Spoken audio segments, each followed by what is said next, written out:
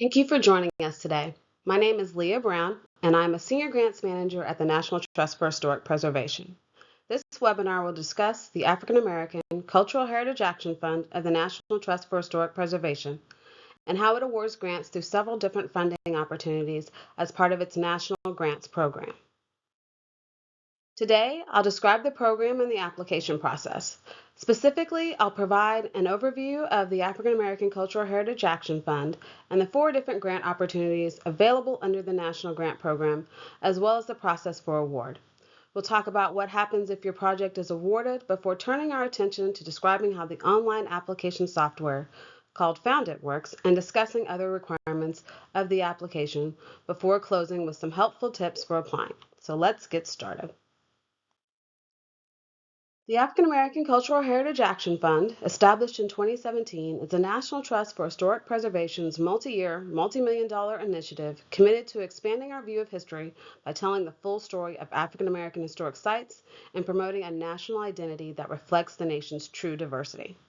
The Action Fund has supported over 300 preservation projects nationally under 4 different grant opportunities: the National Grant Program, Preserving Black Churches, Conserving Black Modernism, and the HBCU Cultural Heritage Stewardship Initiative.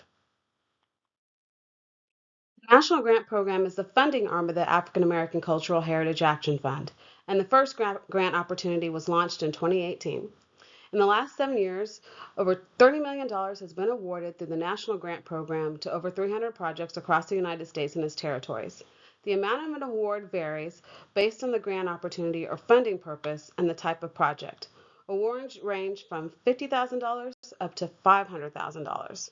The National Trust uses Foundit, an online grant management software, to collect and evaluate applications and communicate with applicants and awardees throughout the life of a grant project, from application to completion.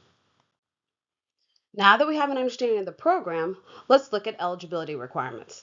Applicants must be a nonprofit organization or other tax-exempt entity. The former includes 501c3 organizations and other federally designated nonprofit organizations, such as state and local preservation organizations, churches, accredited private colleges or universities, historic sites or museums, and historical societies and genealogical associations. Other nonprofit or tax-exempt entities include public agencies, such as state or local agencies, accredited public colleges or universities, or public bodies or political subdivisions of the state or of a county or municipality, such as a state or city historic preservation office, county historic preservation commissions, and planning departments. State and local commissions and publicly owned historic sites and museums are also eligible. The National Grant Program supports 5 project activity types. They are capital, endowment and sustainability, organizational capacity, planning and programming and interpretation. This table illustrates what project types are eligible under each of the 4 grant opportunities. The grant opportunities are listed on the left with the eligible project types, which I'll explain in more detail on the next slide, shown in columns across the top. The National Grant Program was the first grant opportunity established by the African American Cultural Heritage Action Fund, which is why it bears the same name as the funding arm of the Action Fund. The eligible project types for it are capital, organizational capacity, planning, and programming and interpretation. The maximum award for the grant opportunities project types is listed in parentheses.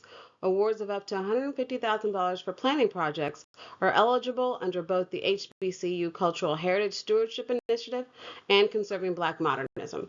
Preserving Black Churches has the most eligible projects and includes endowment and financial stability project types. Now to describe what the project types mean. Capital, which is the most popular project type, covers brick and mortar expenses to a building or site. Projects must conform to the Secretary of the Interior standards for the treatment of historic properties. It is important to note that competitive capital project applications will demonstrate prior completion of most of the planning necessary to begin the project. The period in which to expend funds for all grant opportunities other than Preserving Black Churches is 18 months. Preserving Black Churches capital projects have 24 months to expend the funds. The purpose of the endowment and financial stability project type is to increase existing or establish new preservation endowments for historic Black church buildings with active congregations to support activities such as cyclical maintenance of the building and grounds, insurance services, and other activities related to the perpetual stewardship of the structure. Awarded funds must be invested into a preservation endowment managed by a reputable financial institution, and proof of endowment management is required. Endowment grants must be invested by the financial management firm for a period of 3 years before an annual drawdown is taken. Annual draws should not be greater than 5% of the principal endowment. Organizational capacity is support given to expand an organization's ability to address preservation needs at an historic site. To apply, the applicant organization must have a primary mission centered in African American cultural heritage or have a demonstrated commitment to this work. The support is reserved for the hiring of new executive level staff or for increasing current part-time staff positions to full-time staff positions to advance preservation priorities. As with capital projects, the time period within which to expend funds is longer for preserving Black churches grant awards. Those projects have an additional 12 months to expend the funds.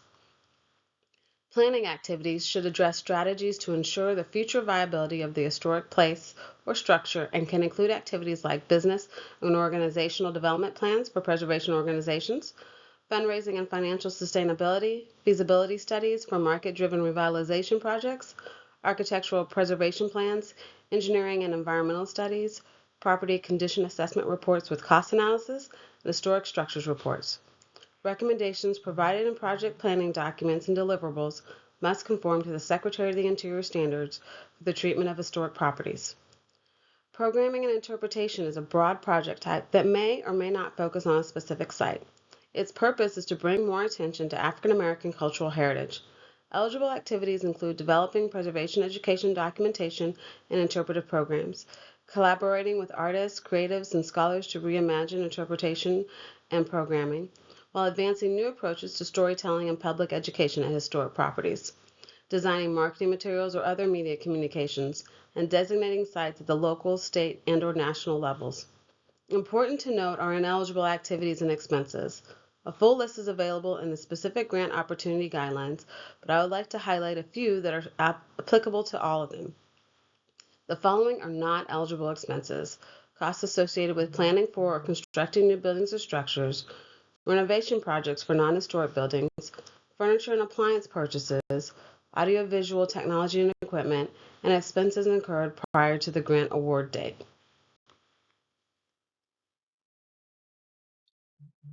The most frequently asked question we receive, other than eligibility questions, is what is the timing of each grant cycle? On this slide is a general process outline.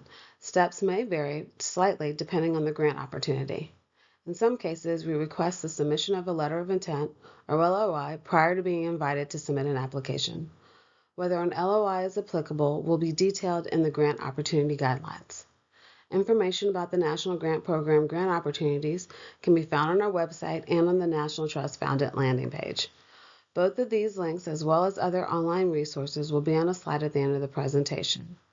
Frequently asked questions are also posted to address general concerns. While the application period is open, if you have any questions not addressed in the FAQs, please send them to us at actionfundgrants@savingplaces.org. Please be sure to include a brief description of your project and the questions you have in your email. Once the deadline passes, staff begin reviewing applications and narrow the application pool down to the top applications. Those applicants will be notified and a technical assistance period will open, giving applicants an opportunity to address any reviewer concerns. Applicants are required to acknowledge receipt of the comments and can schedule time with staff to receive guidance on how to craft a stronger application. If the applicant does not acknowledge receipt of the reviewer's comments nor schedule a technical assistance session, the application will not continue on in the process. It will be considered ineligible. We encourage applicants who have made it to this stage of the process to take advantage of this opportunity.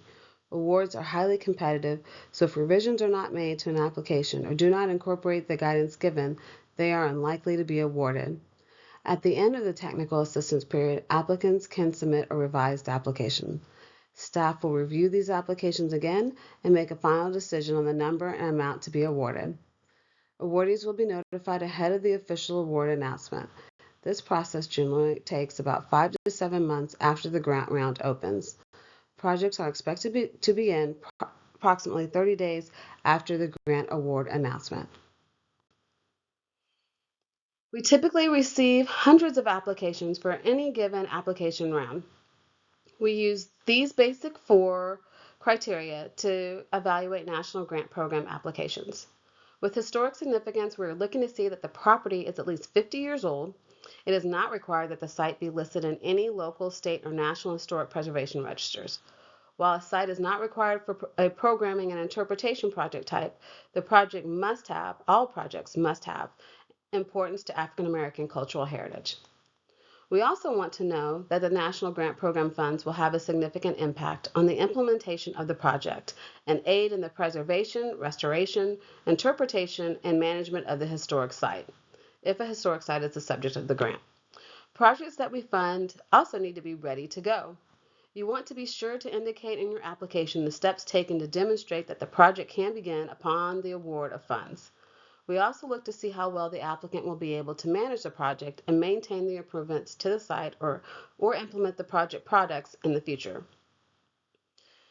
Lastly, we are looking for projects that can serve as models for future preservation activities.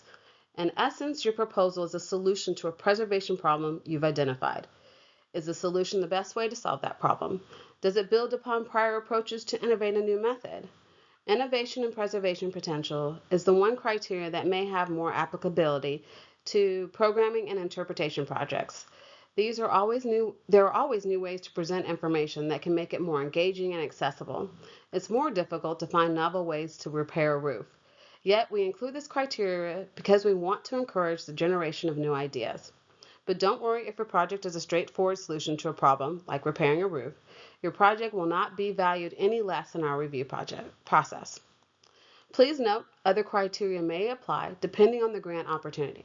For example, the subject property must be a church building for preserving Black churches grants, or a building must be designed by a Black architect or builder and be of modernist architectural style to qualify for a Conserving Black Modernism grant. So, now we're on to the fun part. Your project has been awarded. What next? What does that mean for you? We want to be sure that applicants understand upfront what some of the general requirements are if your project is awarded. Over the next couple of slides, we'll cover grant terms as well as how funds are dispersed over the life of the project. The grant term begins on the date that the grant agreement is fully executed by the grantee and the National Trust, whichever signature date is later. Once the National Trust has sent the agreement to the grantee must return the executed agreement to the National Trust within 30 days. If not received within that time frame, the National Trust has the option to cancel the proposed partnership. We will take into account extenuating circumstances where they exist, but please know that we also have expenditure deadlines and also know that you are eager to get started, so we expect the agreement to be returned in a timely manner. Second, grantees will be required to competitively procure goods and services. What this means is that you need to have a process for getting at least 3 bids or cost estimates for goods and services supported by the National Grant Program funds. Staff can help with figuring out how to do that, but having the time set aside for the competitive process must be a part of your timeline if you do not already have consultants or contractors procured. Along with that, National Trust staff must approve the selection of consultants and contracts resulting from that competitive process or any other approved selection process. As previously mentioned, any planning or construction work done for historic properties must comply with the Secretary of the Interior standards for the treatment of historic properties. A link to these standards is provided in the Grant Opportunity Guidelines and at the end of this presentation. We require compliance with these standards to ensure maintenance of the sense of place or that connection that people have to a place based on what they see and the history that is communicated through it. There are other terms in the agreement, but these are the more consequential ones for grantees that should be known in advance. The schedule for the disbursement of funds is another of those terms explained in the grant agreement. National Grant Program funds are dispersed as a hybrid of a grant and reimbursement. Typically, the initial payment is provided upon receipt of the executed grant agreement, W-9, and other documents that are needed to establish the nonprofit status of the grantee and set up electronic payments. At this point, no work has been done, and it is essentially an upfront or front-loaded payment.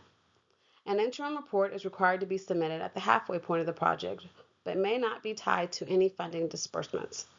A final payment is issued upon receipt of a final report, final budget, or list of eligible expenditures, along with proof of payment of those costs, and proof of or submission of the project's product. The major exception to this process is for endowment and financial stability projects.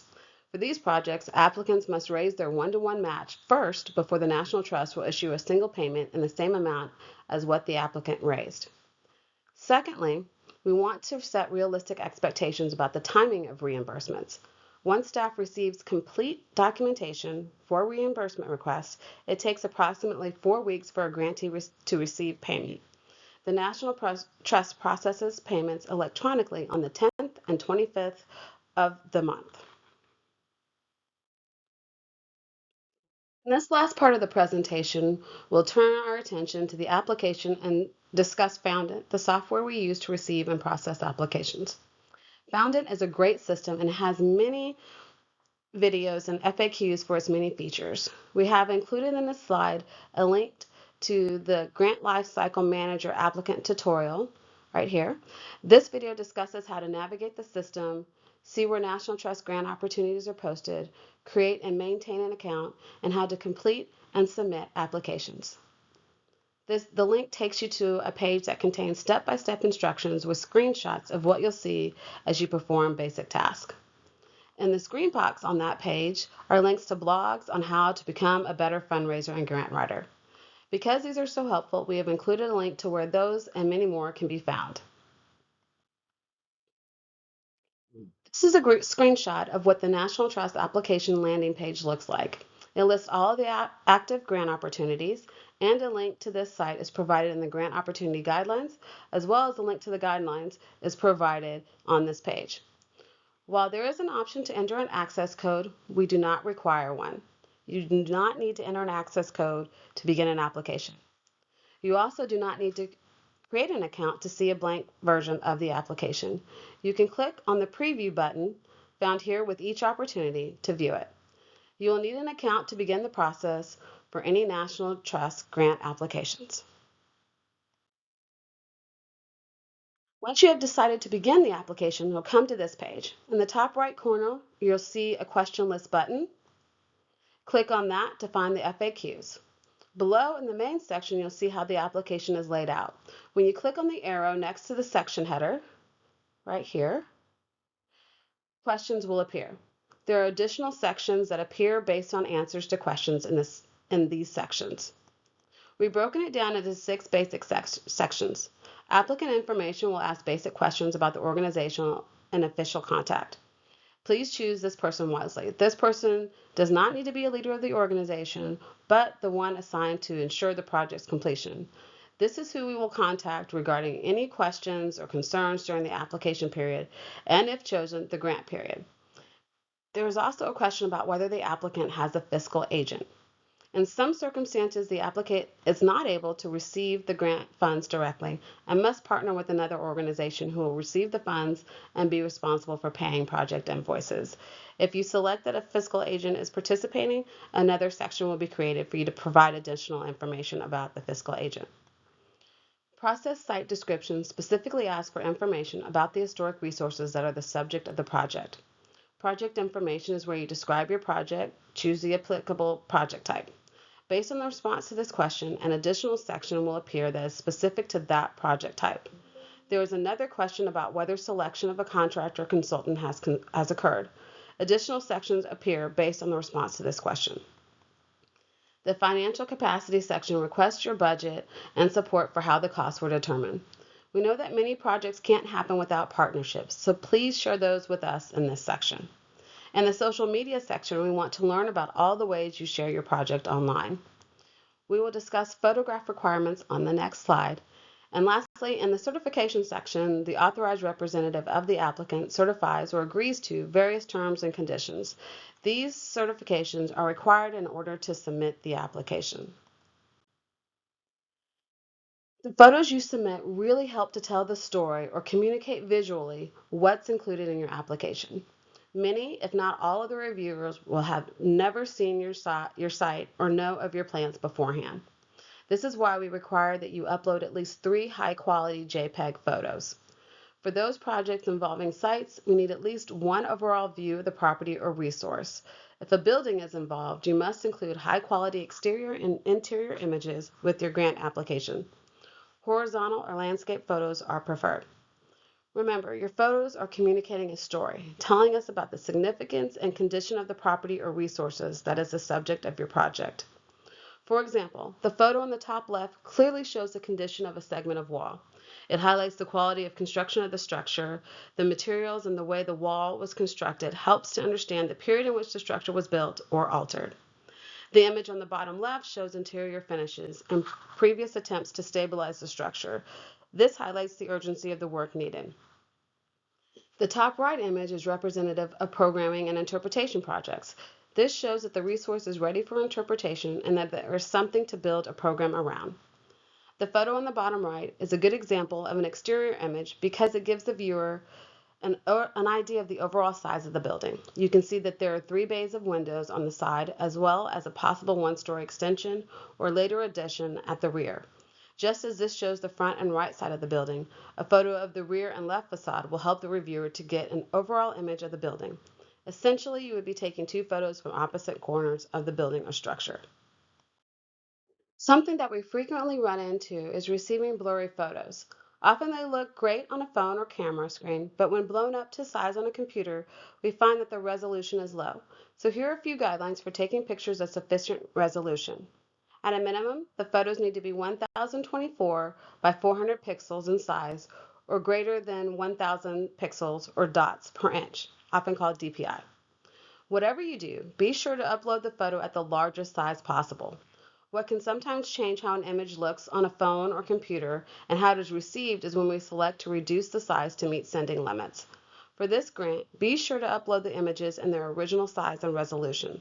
Compressing images reduces the quality or resolution of the image, basically, and converts the picture to having fewer pixels per inch.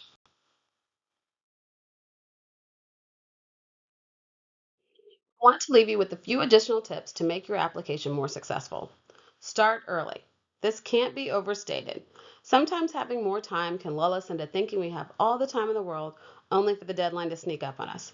We encourage you to start reviewing the guidelines and application once the grant round is announced. Then there will truly be plenty of time to address any questions or concerns.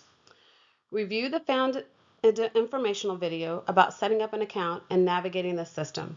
This guidance is really helpful for newbies and experienced Foundant users and will make your experience with Foundant all the better. Read the grant opportunities guidance and review the application slowly and carefully. This goes back to the first tip of starting early. Set aside plenty of time to understand what is required and the information and documentation you'll need to have at hand. If your organization is not the owner of the subject property, get approval from the property owner up front. Be prepared to provide documentation indicating this approval. Getting this approval up front can save you time, energy, and heartache. We recently ran into an example where permission was not given to apply after the nonprofit organization had prepared their application, assuming that the property owner, who they had worked well with before, would do so. Unfortunately, the property owner did not give permission, and so the organization could not apply. If possible, work on the application as a group. Assign people to complete parts of the application that fall within their expertise or passion. If you can, work with others in your group. Maybe you have an architect or a social media person or someone good at editing or taking photos. Use the talents of the people around you to complete the application. Be considerate of the application reviewer by providing clear and succinct responses. Our grants are highly competitive. The National Grant Program receives hundreds of applications each grant round. Reviewers are limited in the time that they have to review each application. Do your best to focus your answer on what's being asked in that question and paint a clear picture of what your project is about and why it's so needed. If when you're proofreading your application, you get lost in what a response is trying to convey, think about what it's like for a reviewer who has never seen your site or the topic of your application. Proofread the application for completeness and ensure that responses do not exceed character limits. I mentioned having an editor or someone who can review the completed application for you. It's easy to make small mistakes when you're so focused and under a deadline. Getting another person's perspective is always helpful in looking for errors and rephrasing thoughts for clarity and brevity. Submit the application ahead of the deadline. Late applications will not be accepted. The system is not set up to accept applications after a deadline, so be mindful of the date and time by which applications are due. Submitting early helps us help you if you run into any issues. If selected to be a part of the revised application phase, take advantage of the technical assistance sessions. As stated before, this is a rare opportunity to have another chance at improving your application. Because of the competitiveness of the grants, it's hard for those applicants who don't take advantage of this opportunity to have their projects awarded.